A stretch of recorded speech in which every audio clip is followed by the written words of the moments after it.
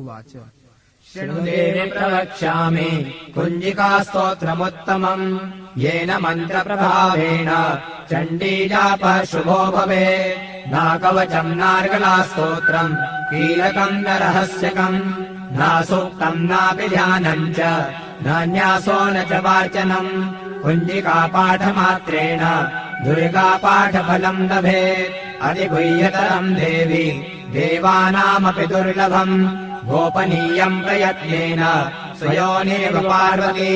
मारणम् मोहनम् वश्यम् स्तम्भनोच्चाटनादिकम् पाठमात्रेण संसिध्ये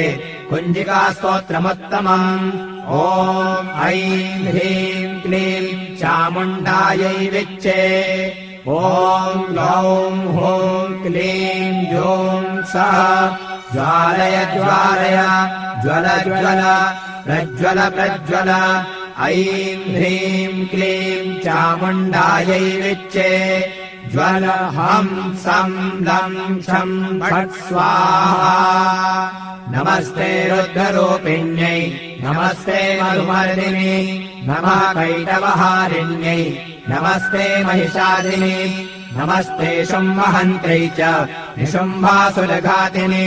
जागतम् हि महादेवी जपम् सिद्धम् कुरुष्व मे ऐङ्कारी सृष्टिरूपायै ह्रीङ्कारी प्रतिपालिका क्लीङ्कारी कामरूपिण्यै बीजरूपे नमोऽस्तु ते चामुण्डा चण्डघाती च यैकारी वरदायिनी विच्चे चाभयदा नित्यम् नमस्ते मन्त्ररूपिणी धां धीं धूं दुर्जटेः पत्नी वां वीं ॐ वागधीश्वरी क्रां ह्रीं ह्रूं कालिका देवी शां श्रीं शूं मे शुभम् कुरु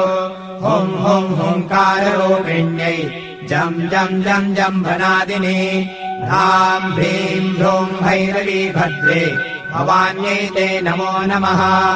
अङ्कं जं तं तं पं यं शं ह्रीं धूं ऐं वीं हं शं धियाग्रं धियाग्रं त्रोटय त्रोटय दीप्तं कुरु कुरु स्वाहा वां ह्रीं ॐ पार्वती पूर्णा खां ह्रीं ॐ खेचरी तथा सां श्रीं सों सप्तशती देव्या मन्त्रसिद्धिम् कुरुष्व मे इदम् तु कुञ्जिकास्तोत्रम् मन्त्रजागर्ति हेतवे अभक्तेनैव दातव्यम् कोपितम् रक्ष पार्वती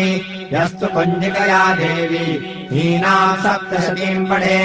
न तस्य जायते सिद्धि शरण्ये रोदनम् यथा।